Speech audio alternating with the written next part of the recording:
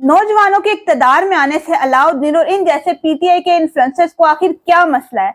अगर इकरारुल हसन नौजवानों से मिल रहे हैं, उनसे बातें कर रहे हैं, तो ये चीजें आपको क्यों तकलीफ दे रहे हैं? अगर वो चाहते हैं कि एक आम शख्स जो सलाहियत रखता हो वो भी इक्तदार में आए, तो ये चीज आपको क्यों तकलीफ दे रही है?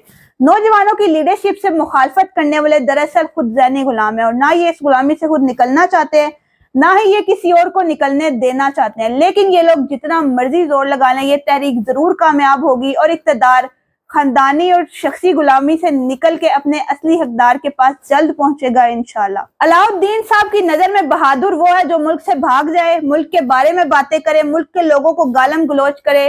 इनकी नजर में बहादुरी का क्राइटेरिया गालम गलोच है। इनका कहना है कि हम बुज़दिल हैं क्योंकि हम निजाम में रह के निजाम को बदलने की कोशिश कर रहे हैं, और ये बहादुर हैं जो साहब मुल्क से भाग के मुल्क के लोगों के खिलाफ बातें करते हैं, मुल्क के लोगों को गालियां देते हैं। इनकी नजर में बहादुर वो इंसान है जो अच्छी तरह से मुल्क के बाहर बैठ के गालम गलोच करना जानता हो। लेकिन इनकलाब कभी भी बातें करने से, गालियां निकालने से या बड़के मारने से नहीं आता। इनकलाब मैदान में रह के निजाम को बदलने से आता है, जो कि इसी तहरीक से मुमकिन हो पाएगा। आप इस बारे में क्या रखते हैं? अपनी राय का इजहार जरूर कीजिएगा।